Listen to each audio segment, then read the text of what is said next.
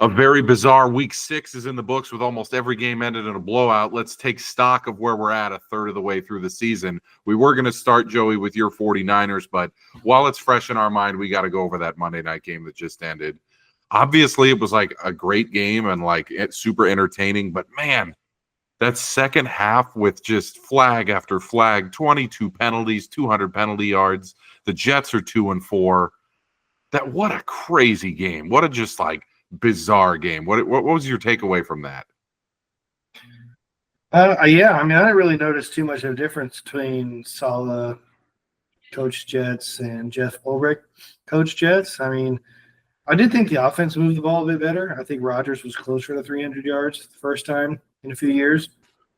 But red zone problems, kicking problems,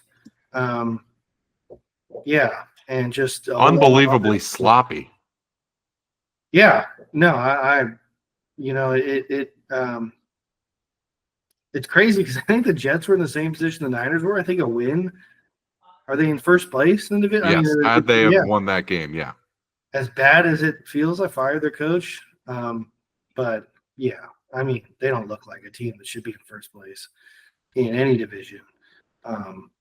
And Buffalo hung on. Buffalo needed it too. I mean, we act like, oh man, the Jets could have been in first with that win and they could right the ship after firing their coach, but Buffalo had to have that one too. They were also exactly. The fact that the Jets could have beat them and been in first place, heck yeah. I mean, if you're Buffalo, you were like headed to the Super Bowl like 3 weeks ago. And now it's like, I mean, especially after last week and Josh Allen looking not too hot, but. Main takeaways from that one: Jets 2-4. So your prediction early in the season of 6-11 is looking better week after week. But the other takeaway is, can we tell the refs to keep the flag in their pocket in some of these games? Like, I mean, I've been watching probably every game for the last 15, 20 seasons of NFL, and I can't remember a game that was elongated by that much by just. It felt like every single play in the fourth quarter had 1 or 2 penalties on it. Like there were a lot of plays that had at least 2, or had more than 1.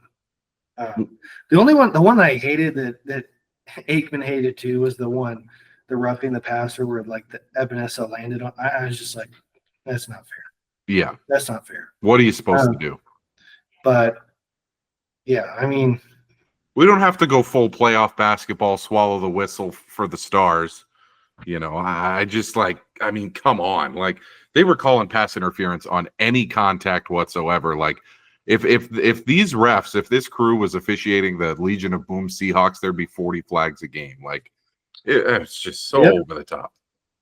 Absolutely ruined what could have been like a super great Monday night game. And through the first half, after Rodgers' Hail Mary, I was like, oh, this could be one of those iconic Monday night games. It turns out there were a total of 9 points scored in the second half with 2 stoinked field goals. Like, little bit of a dud, but big story there. Missing all over. I mean, kicks missing all over the place. Yeah. The Buffalo guy had the worst extra point you'll ever see. Yeah, Joe Buck goes, I've seen better attempts on College game day. But yeah, no, I mean, the Jets are done.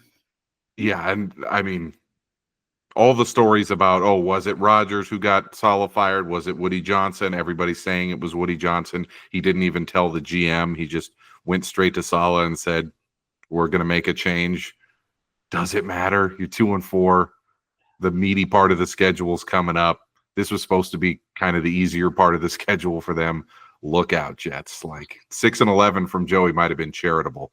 Let's talk about the Niners. Vikings were on a bye last week, so we'll just focus on that Niner game and then recap the rest of NFL Week 6. You're back to 500. You're in first place. You own the tiebreaker over the Seahawks, who are also 3-3. Arizona lost. The Rams were idle. All things considered, injuries, off-field nonsense, drama over the offseason, you really can't complain because it's all still in front of you. Yes, I disagree. I definitely can't complain. Because a game like that, like, it's just like a couple plays here and you're 5-1 and you're like, again, with your only loss to undefeated Minnesota Vikings. And it's like it was right there. I mean, there's just I don't care if they win the rest of their games or lose all of them. They had 2 games that they had in the second half, in the fourth quarter. But you just act like a player. You can't change that. Move on. 3-3 with the Chiefs coming here this week, off a bye. So we'll see how that goes. Which again, if there was any week you're going to get them. This is the one because you're off of a mini bye. Yeah, that too, and he's here. Like, I mean, we'll see. I'm very interested to see what happens because I thought your defense did well in that game. Evan, obviously huge rooting interest in that game and was texting me all throughout.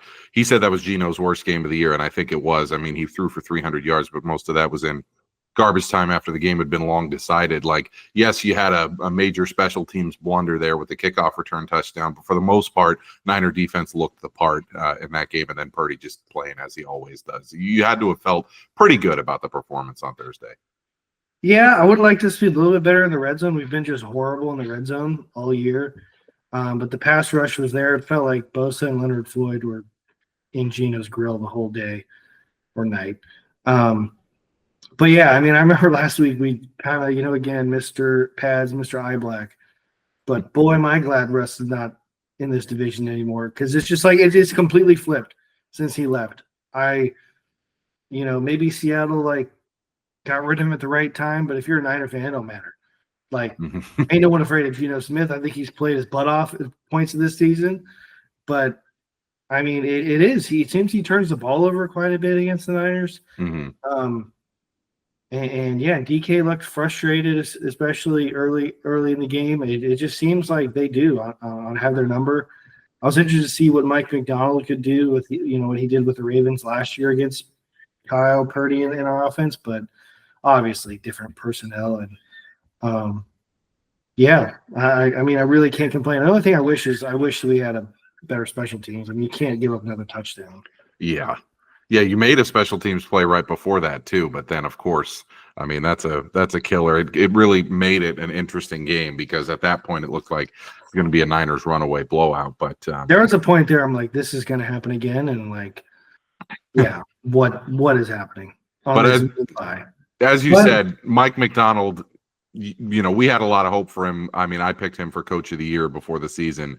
I just don't think they have the dudes. Evan has said multiple times I like Mike McDonald. I mean, I hope he does a horrible job and lose every game, but I think he's a good. It was a good hire. It's just year one, not a lot of tools in the toolbox on that defense right now. It's harder on defense, I feel like,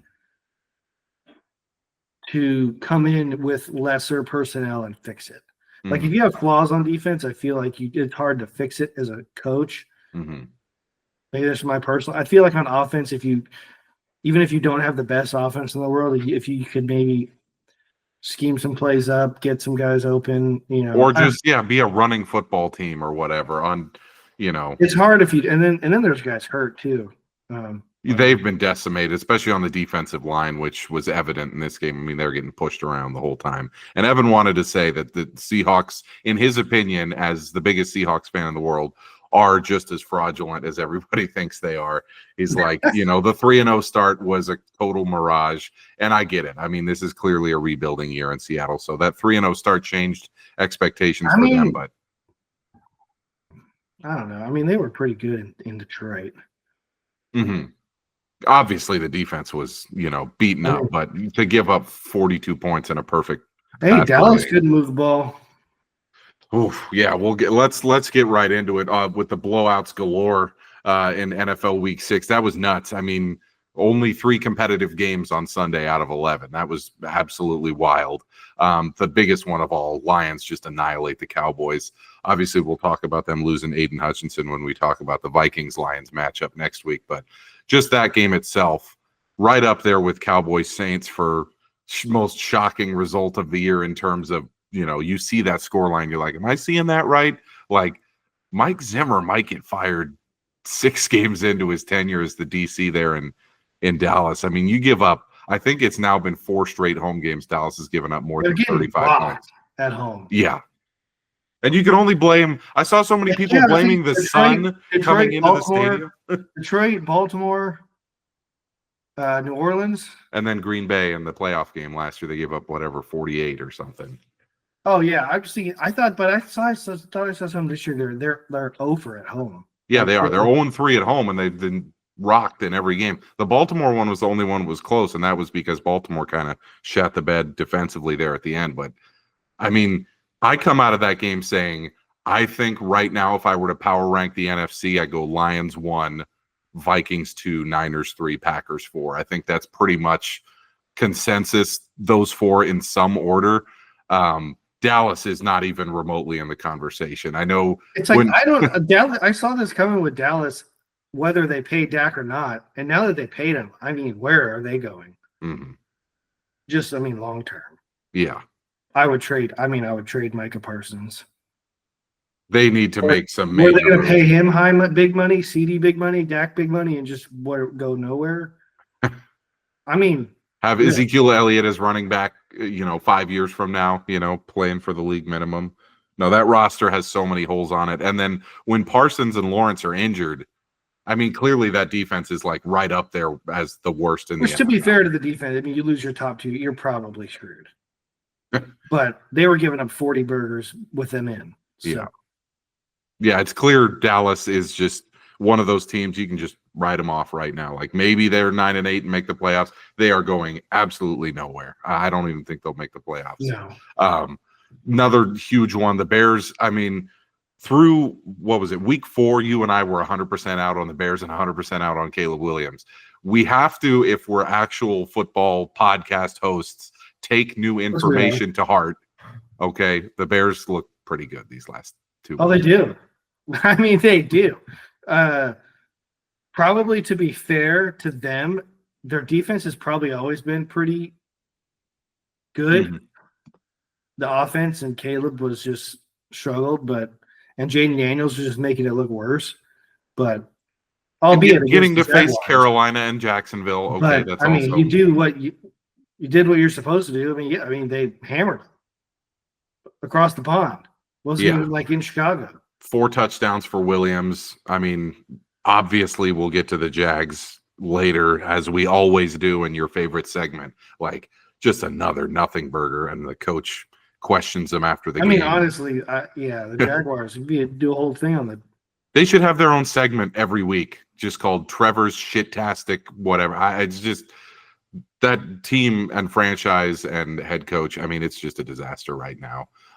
The other game that was of big interest to me was Packers-Cardinals. I really hoped that the Cardinals would have been competitive in that game, and it was over from the jump. I'm worried now. The NFC North obviously is awesome. The Vikings are 5-0.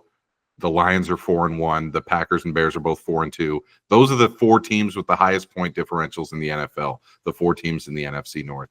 I'm really scared about how good this division is. I'm obviously scared about Detroit, but from what I saw from Green Bay in that game, if their defense plays like that regularly, they're going to be a major problem. They are another team that's a threat to go like 12-5.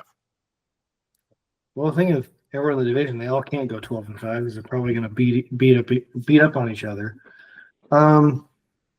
Yeah, I mean, they're no guineas. Even Chicago.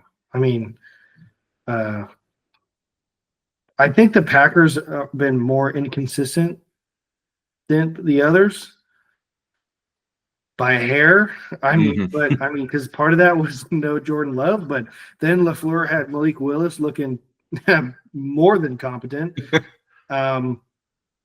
Yeah, I mean, that's tough. But I mean, you already bagged one of them in Lambeau. With each week, I'm more and more impressed by that win. It's like, if we didn't bank that one, I would be like, okay, 7 seed or 6 seed is our ceiling. But like I texted you, this has the feeling of, if we beat Detroit, we're going to be the 1 seed. If we lose to Detroit, I think we may miss the playoffs altogether with how this is shaking out. That's ridiculous. I got a feeling. I mean, there's at least 3 of them going to make the playoffs. For sure. Argue potentially Chicago. I mean, they're 4-2. Yeah, the only thing that would worry me is Chicago worse than Philly or Dallas right now? Well, like I was going to say, the only thing that would worry me is Atlanta and Tampa Bay both make the playoffs, which I think is a possibility. But the East is only going to have one team, and the West is, in my opinion, only going to have the Niners. So it's like I'm not really worried. I think there will be at least 3 NFC North teams. You hear that, Evan? Eric's just giving up on Seattle. I looked at their schedule too. I mean, they had to win that Giants game, man. They're the poor Seahawks. That was the one good thing about the Niners blowing it to Arizona is if the Giants sneaky good, I'm gonna say competitive, sneaky, not bad. Yeah, we write them off as terrible, but you watch the games, and especially the defense, and they should. They gave Brian Burns $10 billion. Like they should be a pretty good defense. But a couple more games here. Bucks destroyed the Saints. Obviously, you don't expect a ton from Spencer Rattler as a 4th-round pick, 5th-round pick in his first career start. But, I mean, it's clear that Tampa, especially early in the season because they're a veteran team, they just love just throwing the ball everywhere and beating the shit out of these teams that are poorly coached. Like, other than the Broncos game where they laid an egg, they've looked really good this year. Saints had a nice 2-week run.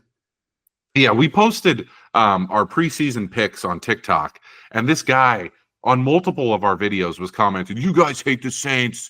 You guys are such fucking idiots." I do hate the Saints. Yeah, and then they started 2-0, and they won that game against Dallas like 48-10 or whatever. And he's commenting again. Little did we know Dallas is dog water. Yeah, he's commenting on all these videos. You guys look like idiots. We're 2-0. We're gonna go, 14-3, whatever. After the 4-game losing streak, me and this other guy on the TikTok comments were like, send him the eyes emoji, like, you're 2-4 now. Dennis Allen has the worst the TikTok engagement. Yeah.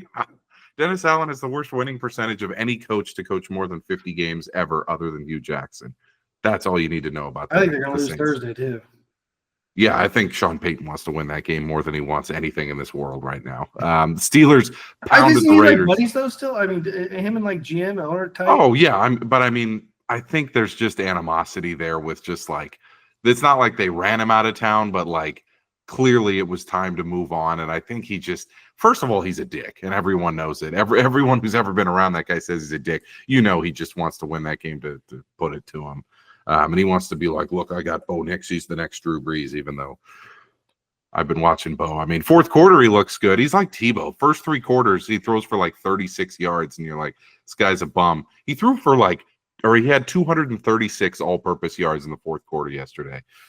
Strange season for Bo Nix, but I want to talk about a couple more games, and then we'll get to some of our thoughts at the 1/3 point of the season. Steelers pounded the Raiders. I wanted to talk about this just because the Raiders, I mean, we have to consider that Vegas relocation was, one of the biggest flops in the history of sports. Did you see that pregame terrible towel wave by the Steeler fans? I get it. It's the Steelers. It's people in Pittsburgh who want to go to Vegas and have a gambling vacation centered around football. I get it. You just said it. 99% fucking Steeler fans at that game. It's holy. I'm not surprised. What are you? If you're a Raider fan, even the Raiders, even for the Raiders are surprising me with how Raider they're being. They're just a joke right now. Just a league-wide joke. No, I remember watching week 1. It was in Atlanta, and you're thinking Atlanta, Pittsburgh. It was just yellow towel everywhere. Steeler fans travel. Give credit to them. But, I've never seen it. We've seen some Chiefs, Chargers. Think about it this way. Would they go there once every 2-3 years to Vegas? Yeah. You can't tell me every Steeler fan in the country's let's go to Vegas. Yeah, circling that one on the schedule. It's nuts, man. We've talked in the past about Chiefs Chargers games in LA. We've talked about Niners Rams games in LA. I think this blew both of them out of the water. Full silent count the whole game for poor Aiden O'Connell. If you're a Raider fan and you're like, my coach is Antonio Pierce, my quarterback's Aiden O'Connell, my home game has 150 decibels every time we try to snap the ball, you got to be like, what are we even doing as a franchise? That move to Vegas, I get it. It's good financially for Mark Davis. It's the worst thing that's ever happened to that franchise. They've lost all semblance of the Raider way for sure. And of course, they got crushed on the field. Well, yeah. It would help if they were good. Which they are not. People are willing to sell their tickets if they know they're going to watch a tire fire. Yeah, this ain't the Vegas Knights. There's nothing to watch there. Really terrible there from the Raiders. And then last game, Falcons ran it up against the Panthers. Before the season, I was high on Atlanta. You were a little bit less high on them. They have had a few stumbles, but they're 4-2. They lead the division. They're 3-0 in the division. Kirk's looked good. Running game there has looked really good. I really think Atlanta is someone to watch in terms of they could sneak into the 2 seed or something with how easy their schedule is. So good start there for Kirko and the Falcons at 4-2. We're 1/3 of the way through the season now that we completed week 6. Pretty crazy to say that. I feel like the season just started, but let's each give our big surprise and our biggest I told you so to this point of the season before we start previewing week 7. My biggest surprise of the season is the Bucks. They're 4-2 in each of their 4 wins. They've just looked dominant. I think I have kind of come around on Todd Bowles actually being a pretty good coach. Like, he's one of those guys, when he was with the Jets, you figured he was terrible. He'd never get another chance. Arians retires last minute. He gets thrown in. You're like, man, I don't know. He's a pretty good coach. Like, he has that team ready to play, the vast majority of the time. And then my biggest I told you so is Washington. I said my favorite bet of the offseason was Washington over 6.5 wins. They're already to 4. They're obviously going to get to 7 wins and win our bet, no problem. But even in that loss against Baltimore, I thought they looked really good. Joey, give us your biggest surprise of the season and your biggest I told you so. My surprise, I'm not sure they're a great team. Well, they're not a great team, but they might not even be like a good one. But I'm actually surprised with how decent Denver is, because I thought they'd be god-awful. But the defense is really good. Vance Joseph's done a pretty good job. Yeah, with their defense. And yeah, 3-3 and plus, I'm looking now plus 16 point differential, which is better than Houston, who's 5-1. Wow. Well, Houston had that blowout loss against the best team in the NFL. So they did. Yep. Just Denver. We'll see. But yeah,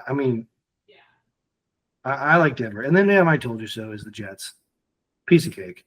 I mean, who could have seen this coming? People at the Jets Super Bowl, like, are you kidding me? Like, you took so much shit on TikTok for that pick, and you're just smiling ear to ear now. Well, come on, guys. I mean, it's the Jets. Some teams are just. They're like, people say they're cursed or whatever, or like, oh, like the Raiders are one of them, like, oh, the Jets. It's like, it's got nothing to do with the logo. It's got nothing to do with city. It's just like, you're just a poorly run team from top to bottom.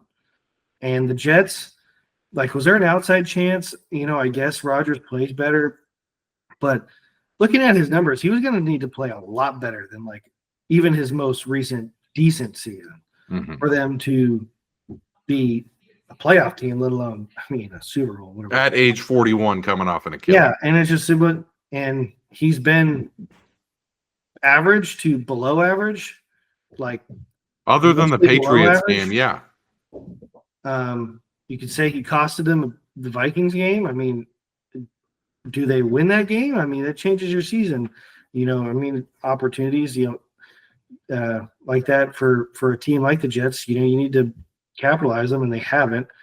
And yeah, I think if they don't turn it around like next week, or who do they play next week? At Pittsburgh, Sunday Night Football. Oh, cool, another prime time, so we're all just gonna get to watch it. Yeah, no, they're gonna eat that offensive line up. Pittsburgh's TJ Watt is going to be all over Rodgers. I don't think they got Patriots, but then Texas. It's not like a super hard schedule, because some of these games, like Miami, does Tua play? Rams are not great. We still got the Jaguars. Could they beat Seattle? Possibly. They got the Colts, Cardinals. It's not terrible, but it's also, you put yourself behind the 8 ball at 2-4, and you already fired the coach. Like, what is left to do? You could trade for Devontae Adams. Sure, that ain't going to fix your problem. It's going to fix a grand total of 0 things. Yeah. Yeah, that makes a lot of sense. Does he even want to go there at this point? Yeah, if I'm Adams, I'm like, hey, That's the thing. If I was him, do I want to go to Buffalo? If I was Baltimore, I wouldn't touch him. Like, why? I don't. Yeah, not required. Buffalo is. They a said great the fit. Saints go play with his buddy again, but like he's hurt No. and they're terrible. No, I mean, where are you going? it You wanna seems come, like you wanna come well, here? You want to come here? Schefter said it's more likely he stays than goes at this point, and it's just because there's no one that fits. Which Like again, if I was the Raiders, I would trade him for a third rounder or a fifth. Like I mean, like but would you Raiders. trade him to Kansas City? Because I don't know. I think that's the only true fit that would make sense. But they obviously you don't want to help your division rival. But you're not. It's not like you're going to compete with Kansas City Yeah, anytime you're not soon. competing Anyway. Yeah. They just won a Super Bowl in your stadium. Like they're done. They own you. There's nothing. Might as well just give him Devontae too. I just like if I was a Raider, he could. I mean, I don't know. He doesn't seem like this type of guy, but like something's up with him and like the team, and just like because we had this last year too.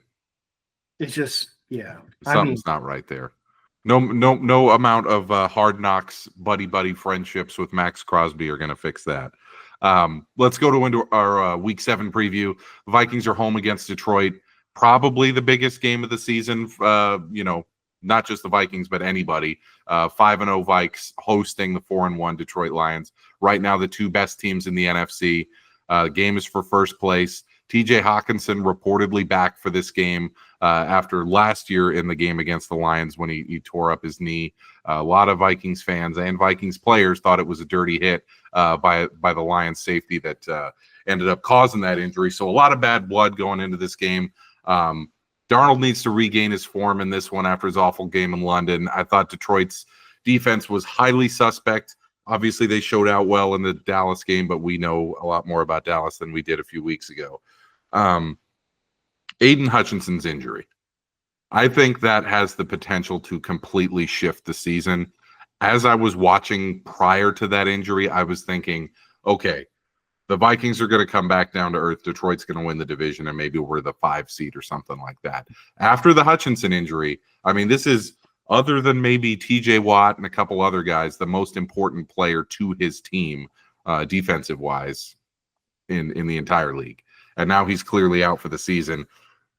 If they can't get a pass rush on us and we can put up some points, I think our defense is good enough to stop Detroit in this game. As you look at this game, Vikings favored by 2. What are your thoughts? I'm interested to see how Minnesota comes off after the bye. I don't like if I was a Minnesota fan, I wouldn't like having a bye when you're 5-0 and you're hot and you're and then Detroit just blows the doors off of Dallas coming off a big win. But so I do think it helps it's in Minnesota. If this game was in Detroit, I think just emotionally, like after the Hutchinson injury, like back in the building after a big win, that would have been tough. But in Minnesota, I think helps a lot. The Hutchinson law, I mean, he was, my vote would have been to Fred Warner. I think he's played. I agree. Yeah. Unreal. And plus, I don't want the MVP. I don't want this award to turn into who's got the most sacks. Like, can we have other positions win it? Best defensive player. Yeah. And like, to me, Warner, Hutchinson, and Watt were the 3 candidates.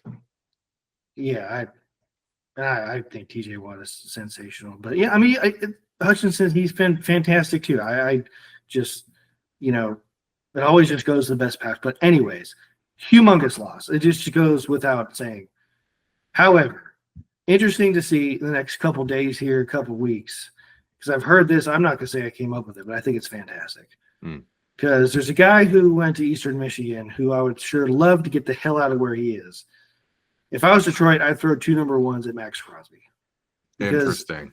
if you're on, he's done for the year, Hutchinson. You don't have to worry about his money. So I don't know, like, make it. If I was Detroit, I'd make that work, and then I'd try and keep them both and move money somewhere else. But I did not come up with that. I've heard a couple people, places I've just watching TV or whatever, just listening to things. If I was them, that's what I would do. But I mean, the likelihood he gets traded and is playing. I had no impact on this game.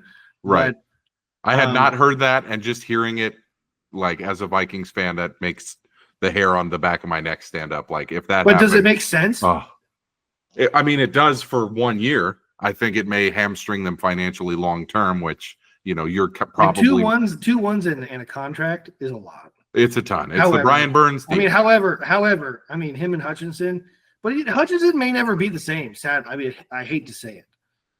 Those kind of injuries, yeah. It's brutal. Yeah. Because you never forget that mentally. Right. Like you're worried every play someone's like hitting your leg. Yeah.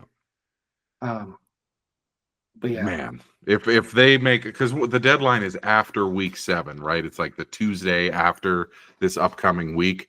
So man, I thought they moved it this year, like a week or two later. If they were to acquire Crosby, that would just be a seismic shift. It's November 5th.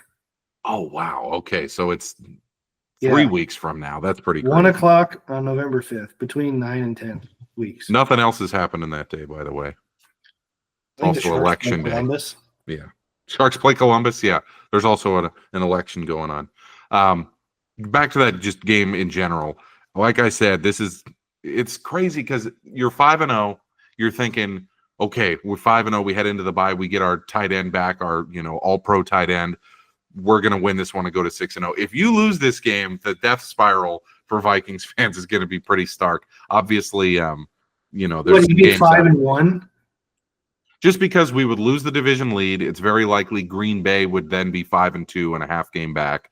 Chicago, who do they play? They play someone pretty easy this week. I can't remember who it is.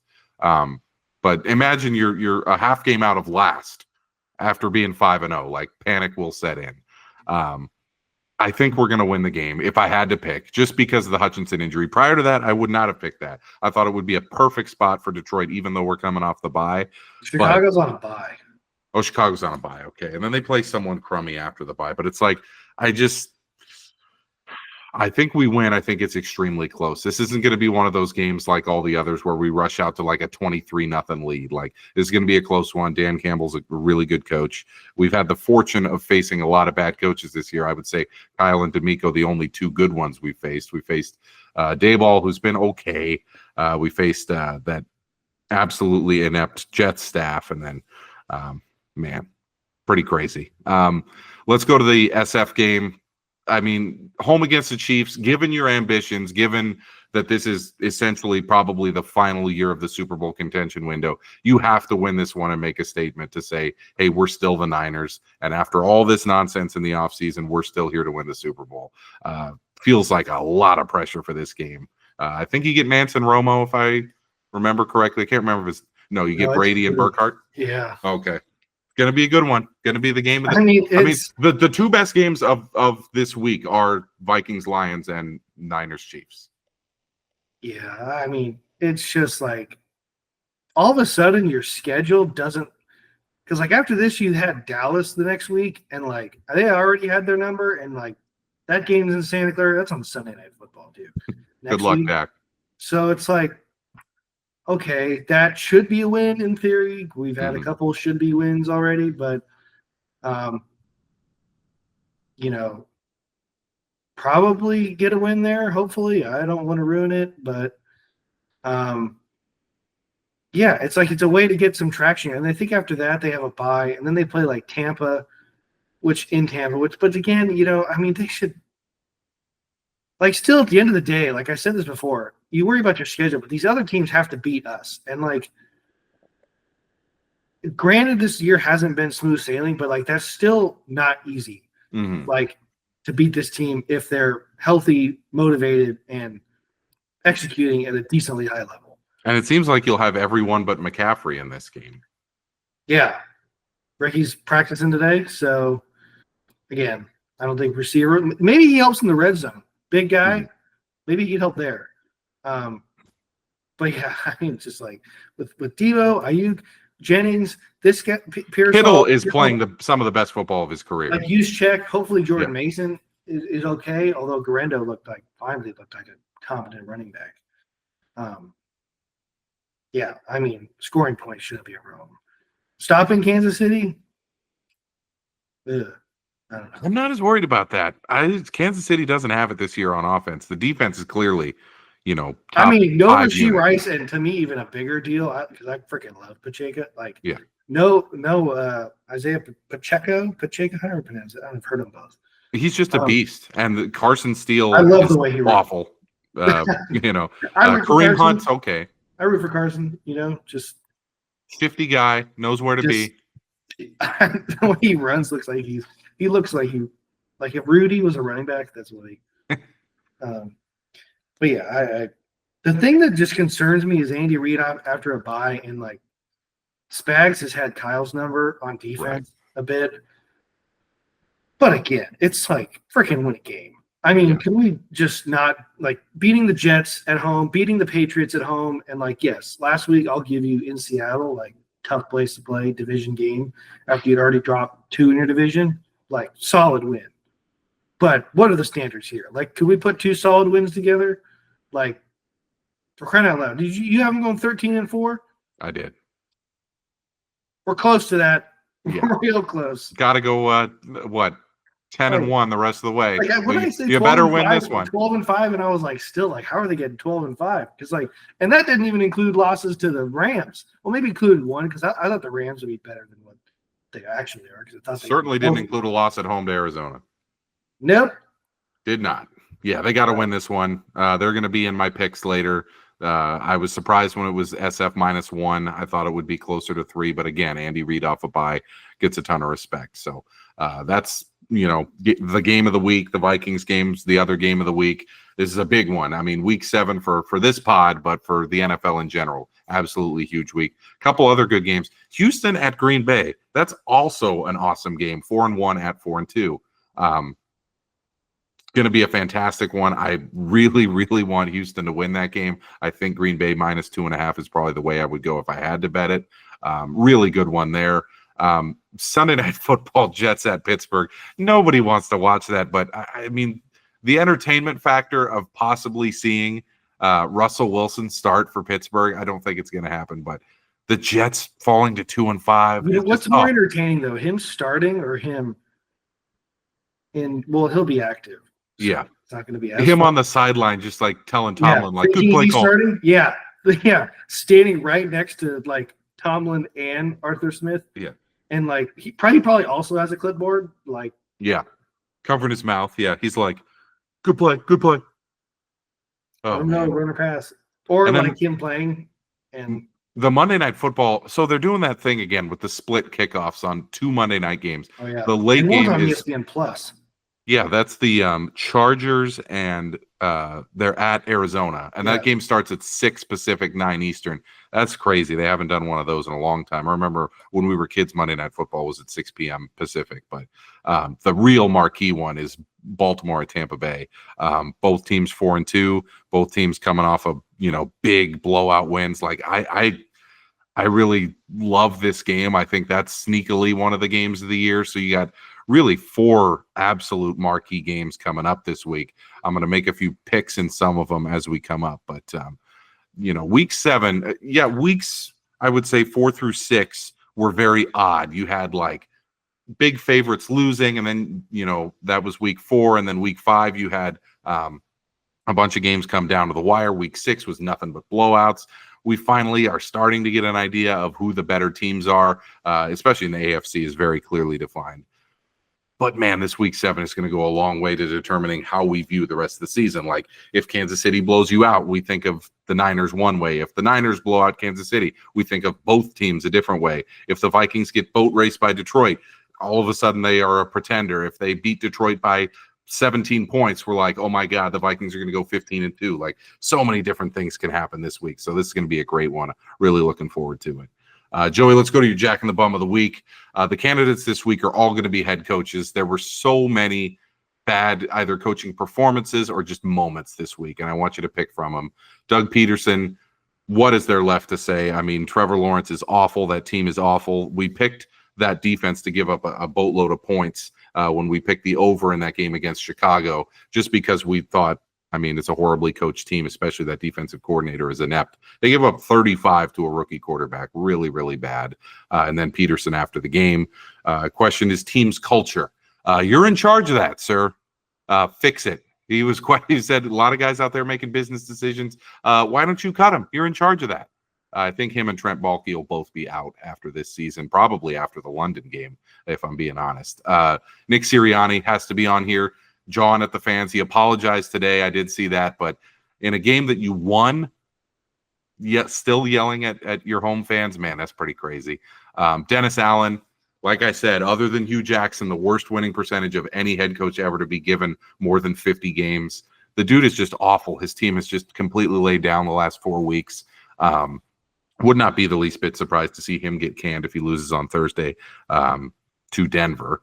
And then Mike McCarthy, I mean, you could put a lot of it on Zimmer because it really has been the defense's fault for most of this, but I mean, he's a dead man walking too, and clearly the Cowboys are going nowhere. But you're going with yet another head coach who had an awful performance last week.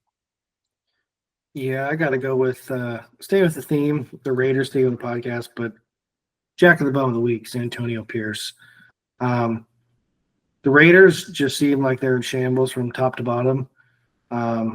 He's clearly by a country mile the worst coach in that division. I think he was hired because players liked him.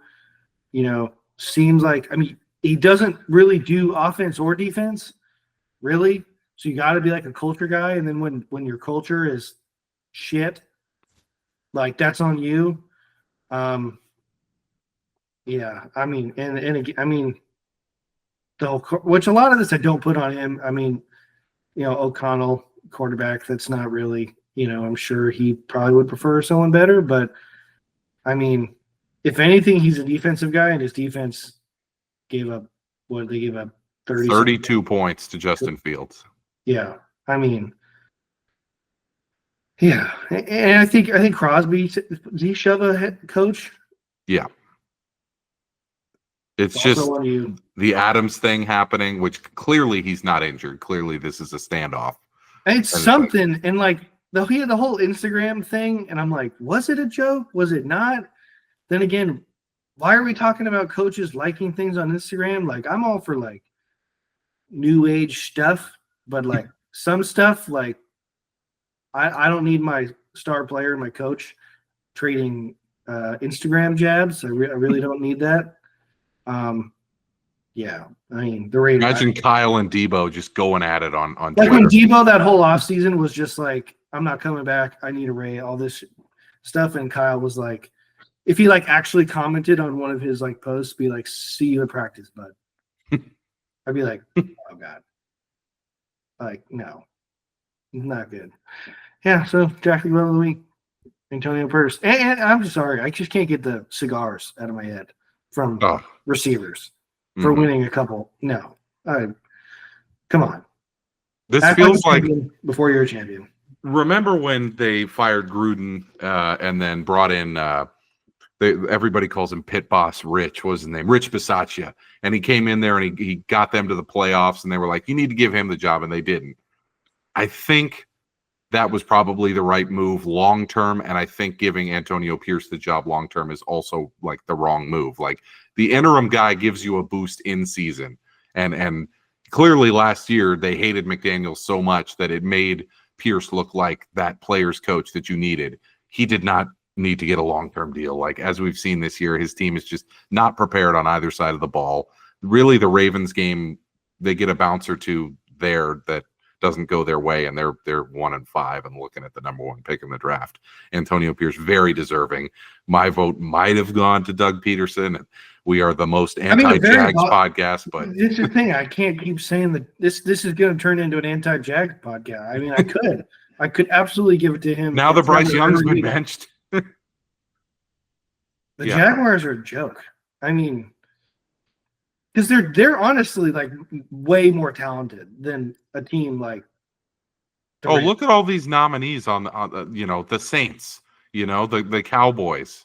The Jaguars have more talent than these teams, and they just gave like $60 if you did million a draft of players. Like I mean, they probably have like a fantasy between them and like the Raiders. You'd probably take maybe like Crosby first, and then it might be a bunch of Jaguars.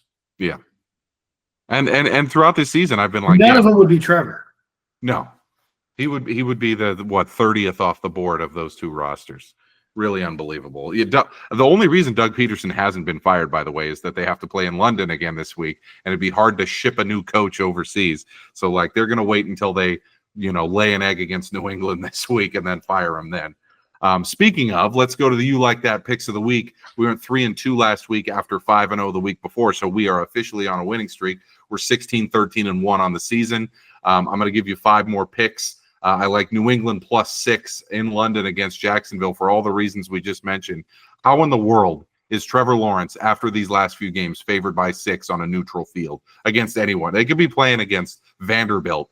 I'd be like, give me the 6 with Vandy. Like, really unbelievable how Vegas continues to, as most NFL people, continue to do. They look at Trevor Lawrence and they go, oh yeah, he's got all the tools. He'll put it together.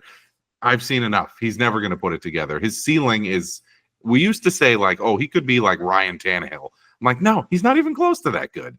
Give me the 6 points with New England in that one. Drake May showed me a lot. I mean, clearly New England's roster is a D- or an F, but 3 touchdowns for him. And the dude makes plays. Like, he moves around well, cannon for an arm, runs pretty well. I think they'll find a way to cover that one, if not win it outright. Miami and Indianapolis. Miami can't score points, and the total set at 44.5. Rumor is Anthony Richardson starting this game, which leads me to take the under. I think Flacco has a better chance to score more points for them, so everything to that game points to the under. I'm going to take under 44.5 in that one. The Niners -1 at home. How often do you get to bet the Niners laying just 1 point at home? They're always 7+ point favorites. I get that it's Kansas City, but I believe in this Niner team. I picked them to go 13-4 before the season. I don't think they get there, but I think they get close, and I think this is kind of the catalyst for a good run for them in the second half. Give me the Niners -1. Rams Raiders under 44. 2 teams that struggle to score. Raiders look awful. Rams, in my opinion, I mean, they're not going to score a lot of points, just given Cooper Kupp supposedly not going to play this game. They said there was a chance. It looks like that's not going to happen. Puka Nacua is eligible to come back for this game, also rumored to not be back. I like the under there for 2 teams that just, it's Stafford and a bunch of nobodies, and then the Vegas offense is just a total joke. And then let's do it again. We faded the Jets each of the last 3 weeks, and it's worked out swimmingly. Pittsburgh -1.5 on Sunday Night Football. So there's your You Like That picks of the week. New England +6, Miami, Indianapolis under 44.5, San Francisco -1, the Vegas Rams under 44, and then Pittsburgh -1.5 on Sunday Night Football against the Jets. Joey, it's time for you. Feels Great Baby, your wildest take you feel best about currently. And if you had told me this one before the season, I would have had a heart attack. Yeah, I feel super great about Washington winning the NFC East. But even more of the hotter take, what this is probably more about, I think the Giants finished better than Philly and Dallas. Oh. Because they look just competent. They look put together. I mean, I know they lost last night, but they put a couple solid performances together with Malik Neighbors on the bench or in the press box. Singletary also hurt. Yeah. Defense playing pretty well. When Daniel Jones doesn't turn the ball over, I think he's okay. I mean, he could be obviously a lot better, but yeah, I just you're making the case for the Giants. It's more of an indictment on Dallas and Philly. I just think, I mean, Dallas is just getting just hammered at home to anyone and everyone, and then Philly's their coach is yelling at his own fans, and they're winning the game. I look at that Philly win against Cleveland and that Dallas win last week against Pittsburgh, and tell me that those teams are even capable of going 500. Oof, like those are their signature wins, and they both I think they're of them looking at should like have 7 and 10. But yeah, it means I guess that after the Giants finished 8 and 9. But when they face each other, when it's Dallas at the Giants, I could be wrong, but do the Giants play Dallas on Thanksgiving again? Believe they do. Wouldn't that be? Oh man, the Giants go in and just beat the doors off Dallas on Thanksgiving. If that doesn't get McCarthy fired, I don't know what would. I mean, with Detroit back, Thanksgiving morning is no longer a snooze fest, because this game is, I think, Detroit-Chicago. Thursday morning, the Thanksgiving morning, and then it's Dallas and the Giants, which may not have anything to do with the playoffs, but And the night game is awful. But Yeah, it's not exactly Seahawks Niners like we got a couple times in the last few years. the Packers are on it, but they're playing Miami. Maybe Tua's back. Any game's watchable on Thanksgiving, and then Black Friday now has a game, of course, too. So, and then that Christmas schedule, dude. Oh my God, they are trying to cause divorces with that Christmas schedule. There's a game on like 5 days in a row. They're also going to cause like pain for people who don't have Netflix. Oh, that's right. A lot of those games are on what, Netflix, Amazon Prime. There's 2 Christmas games. They're on Netflix. Mm-hmm. The Prime Day is on Prime. The Black Friday, which I think is that Raiders Chiefs this year. I think. Yeah. Last year, Raiders Chiefs played on Christmas, and the Raiders won that game in Arrowhead. I remember that. That's when I sold all my stock in Kansas City, and then ha ha ha ha. But going back to your main point here, Washington, it's not that they're like right now they're the best team in that division. It is very clear that they're the best team in that division. Oh, it's not close. It's not close. No. Yeah. And yet the respect that Philly gets, they were favored by 9.5 against Cleveland. I mean, I just don't get it. Even Dallas went into Cleveland and took care of business. Yeah. Philly at home beat them by 4. And like post game, everyone is like, Deshaun Watson is unplayable. And they're like, we're still not going to Jameis Winston. I was thinking about maybe having that be mine. Is Kevin Stefanski the next guy getting fired, even though he's like won Coach of the Year like twice? he's probably one of the 8 or 10 best. Because they're going to have to do something, and they clearly very much can't do anything with Deshaun. Mm-hmm. They're just praying that he gets put on some sort of NFI list or ineligible list. Like that's their only hope at this point. Really hope they don't fire Stefanski. I like that guy. He was a great OC in Minnesota.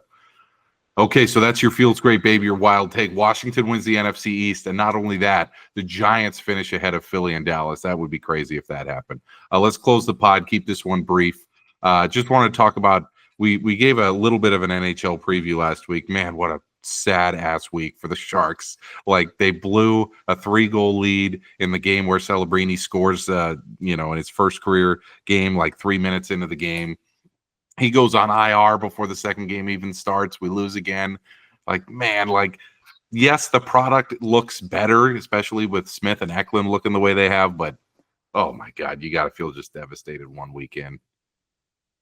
I mean, big picture, the biggest thing that hurts is him going on IR, especially after how good he looked opening night. That game was just like the start and everything. It's like, I was just like, oh man, like, this is back. Like being like watching this, and it's like full well knowing, like, I mean, they got a long way to go still, and then the third period happened that game. Oh my God. Just like, I was like, oh, I miss this. I miss like hold on to your butts in the third period, and then they, blow it and lose it in overtime, and you're just like, I didn't miss this. Sports are fun. And then Saturday was like, I thought they played a lot better in certain areas, like giving up way less. She also played Anaheim. But interesting thing is, like, he clearly probably wasn't ready to go opening night, but because it was opening night, because he got hurt in the preseason game. And when they said it, I was like, he's going to be out like a month or two. And then they're like, oh yeah, he's fine. And then like, I thought he was fine. He was on the ice in overtime. I mean, he wasn't like, but then missed practice Friday, and then and he's not traveling with the team on the road trip, so earliest he could play is like Sunday against Colorado when they're back here. But hey, baby steps. Baby steps. Want to see some good things from some of the young players. Hopefully that young goalie gets called up pretty soon. Yeah, he had a shutout. I saw the highlights of he's ready. Like, it's one of those, like, I will say I really like. Remember Chris Bryant hit like 60 home runs in AAA, and the Cubs tried to be like, oh, he needs more time. They tried to manipulate his service times, like for his contract. They do that in like baseball. Yeah, and then actually Chris Bryant did win a lawsuit over that because he was like, it was clear I was ready. Yeah. Oh shit. Yeah, Colin. The problem is, it's like he's going to come to the Sharks and he's going to see 45 shots a game from feet out. Yeah. But yeah, I thought Vanacek looked really good Saturday night. I thought Blackwood did. He gave up 5, but I mean, he was getting peppered. Mm-hmm. Um, The defensemen are just a disaster. that's where we have the longest work to go still. Prospects not here yet, but hey, I mean, a couple more weeks of like going 0-3-2. Like, all right, Hank's back on. Yep. Oh, can't believe we're talking about that this early. That's the thing. Like, it's like if we get off to a hot start, like, okay, let's like try and play meaningful games like in March and like just build this. Like, you never like as much as like it was cool. We finished last, got Celebrini, but like that was not fun. Like, at all. It's Getting Celebrini was fun. But like we had a great chance of doing all that and drafting 3rd. You think that'd have been fun? No.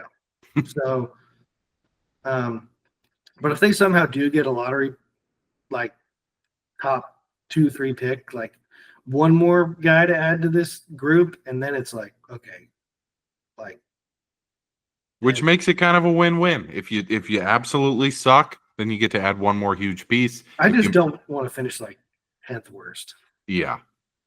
That would be just either make the playoffs as the final wild I'm even card, okay like missing the playoffs by like the first or second team out. Yeah. Don't just show miss us something. Don't miss it by like 12 points. Finish like 11th in the conference and pick like 11th. Mm-hmm. Yeah, they're in a completely different cycle than your other favorite team, the Niners. So it's like, yeah, you're at that point in the process. It's interesting. I feel like they're on opposite like of the cycle. I feel like they're at opposite ends. And they're about to converge next year. Yeah. Like the Sharks are like coming up on the bottom of the circle. Yeah. And the Niners, like the Super Bowl last year might have been the top, like the peak of that to do it. And they're like starting to go here. There's just like as the Sharks start to come up just a hair, the Niners start to come down, and you're like, I see it. Here it comes. 3 years from now, there's going to be no Kyle, no Lynch. Purdy's going to be playing with a shit ass roster, and you're going to be 3-14. I don't think that's going to happen just because this team, they clearly want to build it long term. I think, which is how they've said how they operate. But like, I mean, once you pay Purdy something. But I don't know. Part of me is trying to be hopeful. Like when they pay him, it forces them to get rid of guys early. Because like I love George Kittle, but like he's going to break down and be older. Like Trent Williams is going to be 37. Like it. Right. I mean, McCaffrey might have to retire. We don't even know. Yeah, if you're going to Germany, that's a bad sign. But hopefully, as that happens, the Sharks start to get good again. Right before we close the pod, I just want to call out, I've been watching a lot of college this year because I've been betting on it, but like I feel like the product's actually been really good this year. I don't know if you caught any of the games from last week, and the Ohio State-Oregon game was great. The LSU-Ole Miss game was really good. The product is actually pretty good, and I think part of it is, number one, you got a lot of these like 6th or 7th year seniors playing quarterback that like know what they're doing, and number two, there's now 12 spaces in the playoffs instead of just 4, so every team feels like they have a chance. It's been a good product this year. Like even some of the Cal games locally have been watchable. The product is just on the way up, which is nice. I feel like college football had lost a lot of its luster, and people were trying to say, oh, NIL is killing the sport. I'm like, I've been watching the last few weeks, and it actually feels like it's on an upswing. Have you been watching much college? I actually watch more college now than I ever have. Partially just because it's on weekends, and when you get older and you don't work weekends only, and that kind of makes it nice. But yeah, no, I love college football. I think this Saturday might be the biggest of the year. I mean, I know we just had Oregon, Ohio State, but this Saturday you got Alabama, Tennessee, and I think you got Georgia going to Texas. That Georgia Texas game, oh boy! Like I don't know what ESPN paid for the SEC rights, but like, damn, they're doing well. Texas. I mean, I think Texas. Yeah, well, I just like you said, the 12 teams. It's like it's nice that one of these teams loses and like they don't feel like their season's over. Right. Like Alabama loses to Vandy, and you're like previous seasons. That's it. Yeah. Like, but if you're Alabama, like you just need to get in, and like you're gonna be tough to beat. Although they damn near lost again to South Carolina. But yeah, and yeah, that Boise State running back keeps running for 200. I love that guy, Ashton Genty. His over under every week is now set at like 199.5 rushing yards, and apparently, like he reaches that at the half, and then they decide whether they need him in the second half or not. Like he's averaging like 160 something in the first half, and it's like if they're up by 30, then they just save him for next week. Like, whoo. 5'8" too, by the way. Like it's not like Adrian Peterson where he's like 6'2", 230, just murdering people out there. Like he's just a bowling ball. What's going to be so sobering is like, which I don't think he'll be this, is like if he goes like 6th, 7th round undrafted. Yeah, because like small, like. Well, there have been guys like this in the past who've competed for the national title who then they just nothing. Like remember Monty Ball? He was. For Wisconsin? For Wisconsin. He's rushing for like 3,000 yards, and then he goes in like the 7th round to Denver and just flames out after one season. And it's like, I really hope it's not that. Because, I mean, every week, clearly, to see a guy like that at a supposedly small school, a non-Power 4 school, it's really cool. It's really fun to watch. Yeah. No, it reminds me of like the Niners signed. I think he undrafted free agent. They cut him, and I think he's with the Rams now, but they originally signed him, and I think he was Missouri's running back last year. I think he ran for like 1,600 yards. Like he was like one of the best running backs ever, like in the SEC. He was Cody Schrader. I don't forget how to pronounce it. And like, yeah, undrafted and then just cut. And he's like one of the best running backs ever in like minor league NFL, SEC football. Crazy. Absolutely crazy. I think that guy, I heard this name mentioned. It was interesting. That guy from Alabama, Trent Richardson, went third to the Colts and just the bum.